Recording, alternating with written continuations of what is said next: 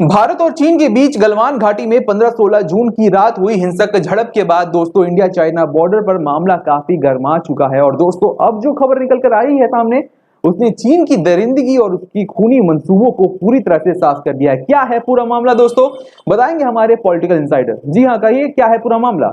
जी आकाश, कई बार ऐसी खबरें आती है जिनके बारे में ये तय करना मुश्किल हो जाता है कि इन खबरों को बताया जाए, और अगर बताया जाए तो आखिर किस तरीके से बताया जाए। और ऐसी ही एक खबर जो है भारत और चीन के बीच में जो विवाद चल रहा है उससे लेकर सामने आई है।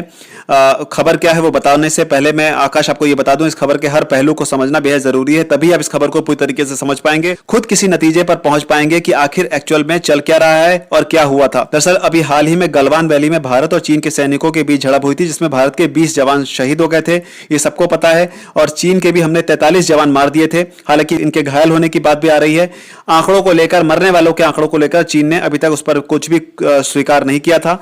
लेकिन अब जो लेटेस्ट जिस खबर की मैं बात कर रहा हूं वो खबर यह है कि उस दौरान चीन ने भारत के 10 सैनिकों को पकड़ लिया था, जिन्हें अब छोड़ दिया गया है। ये खबर क्या सोर्स क्या है वो बता दूं, एनडीटीवी, इंडियन एक्सप्रेस और टीवी टुडे ग्रुप ने इस खबर को कवर किया है। एनडीटीवी ने इस खबर को कवर करते वक्त लिखा है कि उन्होंने इस खबर को शुरुआती दौर में इसलिए रोक लिया क्योंकि भारत और चीन की जो सेना है उनके बीच में नेगोशिएशंस चल रहे थे। नेगोशिएशंस के साथ में जो बात है उसकी बात जो है इंडियन एक्सप्रेस ने भी की है। उन्होंने भी कहा है कि दोनों के बीच में लगातार संवाद चल रहा था उन 10 सैनिकों को उन्हें छुड़वाने को लेकर, और भारत ने भी माना था कि चर्चा जो है वो उस संग्राम के बाद चल रही है। लेकिन चर्चा का मुद्दा क्या है वो लोगों को पता नहीं था। लोग ये मान के चल रहे थे शायद चीजों को नॉर्मल करने को लेकर चल रहा है। लेकिन अब जो अंदाजा लोग लगा रहे हैं वो यही है कि शायद इन सैनिकों को छुड़वाने के लिए ही ये सारे नेगोशिएशंस किए जा रहे थे, जिसके बाद 10 भारतीय सोल्जर्स को चीन ने अपनी कस्टडी से रिलीज कर दिया है। और जो दूसरी बात है, इन 10 सोल्जर्स में से 4 जो थे वो अफसर रैंक के थे, मतलब कि 2 मेजर और 2 कैप्टन, जबकि 6 जो सैनिक थे हमारे वो जवान थे। तो ये टोटल इनको छोड़ दिया गया है। इसके अलावा जब एनडीटीवी ने इस खबर को कवर किया तो कई लोगों ने सोशल मीडिया पर ट्रोलिंग करते हुए ये जरूर कहा कि एनडीटीवी जो है वो फेक न्यूज फैला रहा है और लोगों को भ्रमित कर रहा है। लेकिन जब इसके बाद इंडियन एक्सप्रेस ने और टीवी टुडे ग्रुप ने इस खबर को अपने सूत्रों के हवाले से पोस्ट किया, और जो इंफॉर्मेशन एनडीटीवी ने दी थी या जो बाकी सभी तीनों की इंफॉर्मेशन जो है वो आपस में मैच कर रही है, तो इससे पता चलता है कि कहीं ना कहीं कोई ना कोई बात तो जरूर है। हालांकि कई सारे ऑर्गेनाइजेशन जो है शायद इसे कवर करने से बच भी रहे हैं। लेकिन बड़ी बात यही है कि एक लंबी चली मीटिंगों के बाद, एक लंबे चले दौर के बाद हमारे भारतीय सैनिकों को छोड़ दिया गया है। लेकिन बताया यह भी जा रहा है कि जब मीटिंग स्टार्ट हुई तो सबसे पहले यही था कि भारत ये जानना चाहता था कि हमारे जो सैनिक हैं वो सुरक्षित हैं कि नहीं है। तो जिसके लिए जो रिपोर्ट की गई है उसके हिसाब से ये बताया गया है कि उन्होंने सबसे पहले भारतीय सैनिकों की तस्वीरें भी दिखाई थी हमारे डेलीगेशन को, जो कि मीटिंग के लिए गए हुए थे। तो ये सूत्रों के हवाले से खबर जो है लिखी गई है, Indian express, TV today group और एक और एनडीटीवी हमने आपको बताया। लेकिन अब ये जो दिलचस्प बात है वो ये है जिसको जानना बहुत जरूरी है आकाश। भारत के विदेश मंत्रालय के प्रवक्ता अनुराग से जब पूछा गया कि क्या भारत के कोई सैनिक को कैप्चर भी किया गया है, चीनियों ने पकड़ के भी रखा हुआ है, तो उन्होंने साफ तौर पर इनकार कर दिया था कि नहीं, हमारे सारे सैनिक सुरक्षित हैं। उसके बाद इसी तरीके का एक सवाल जो है वो चीन के जो विदेश मंत्रालय के प्रवक्ता हैं चीन में पूछा गया था। तब उन्होंने सवाल क्या पूछा था उस सवाल को समझना जरूरी है, और उसका जवाब क्या आया था उस जवाब को भी जानना बेहद जरूरी है। हालांकि उससे पहले ये बता दूं कि इस सवाल जवाब को इधर भारत में एएनआई ने भी रिपोर्ट किया है। तो वहां पर जब चीन के विदेश मंत्रालय से सवाल यह किया गया कि जिस तरीके से चीन ने भारत के 10 सैनिकों को छोड़ दिया है तो क्या यह माना जाए कि भारत और चीन के बीच रिश्ते जो हैं वो नॉर्मल हो रहे हैं। तो जिसके जवाब चीनी विदेश मंत्रालय के जो प्रवक्ता थे उन्होंने कहा था कि जहां तक मेरी जानकारी है, यानी जहां तक उन्हें पता है, भारत के किसी भी सैनिक को चीन ने कैप्चर नहीं किया है। लेकिन एक और जो बड़ी चीज है वो मैं आपको बताना चाहूंगा, जिसे हमने अपने वीडियो के थंबनेल में भी लगाया था, वो है ये तस्वीर। ये तस्वीर लगातार इस संग्राम की जो खूनी संघर्ष की जो खबर है इसके साथ चल रही है। यूके की मेल ऑनलाइन करके एक वेबसाइट है, उसने भी इस तस्वीर का इस्तेमाल किया है।